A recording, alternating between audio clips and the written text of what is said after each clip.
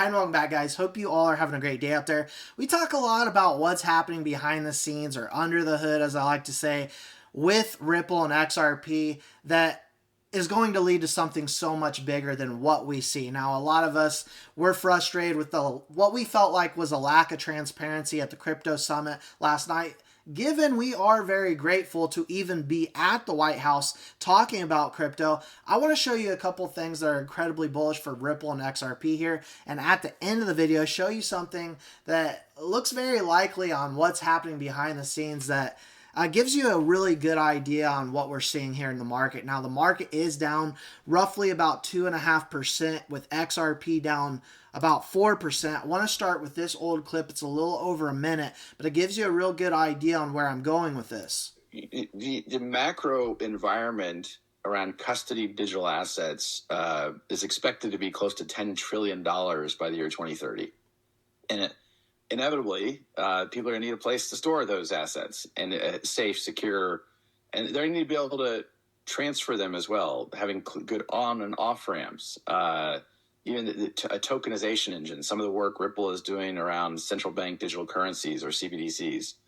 So we think there's a lot of pieces that come together, and we already had, and I remember when you and I first spoke, I remember being on a call with one of the largest top 10 banks in the world, and a bank Ripple was already working with, and they were asking us about, could we help them with their custody? This is prior to the Medico acquisition, and we weren't in a position to do that. And so when we think about that synergy, the ability to say to that existing Ripple customer, hey, here's a best in class, going head to head time and time again and winning on the custody level, to be able to bring that product to them, I think is a great opportunity for the two companies together. So that of course being the CEO Brad Garlinghouse of Ripple, talking about essentially bridging all the money. We talk about cross-border payments, stable coins, tokenization, custody, all of this Ripple going after. Now, last night, something that was said, 15 seconds here I want to play,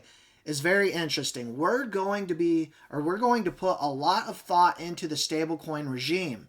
And as President Trump has directed, we're going to keep the US dollar the dominant currency in the world. And we will use stablecoins to do that. Now, we know they want to champion American cryptocurrency companies. We know Brad Garlinghouse was one of the ones sitting at the table.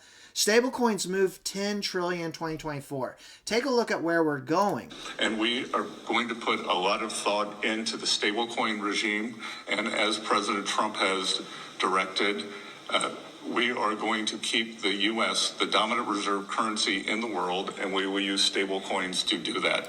Again, this was a 2-hour meeting they had behind closed doors that we didn't get to see, and we were hoping for more transparency, but this is what they're talking about.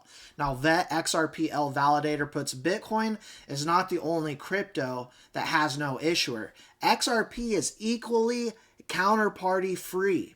Huge lack of understanding. Also, David Sachs added, BTC has never been hacked and also wrong.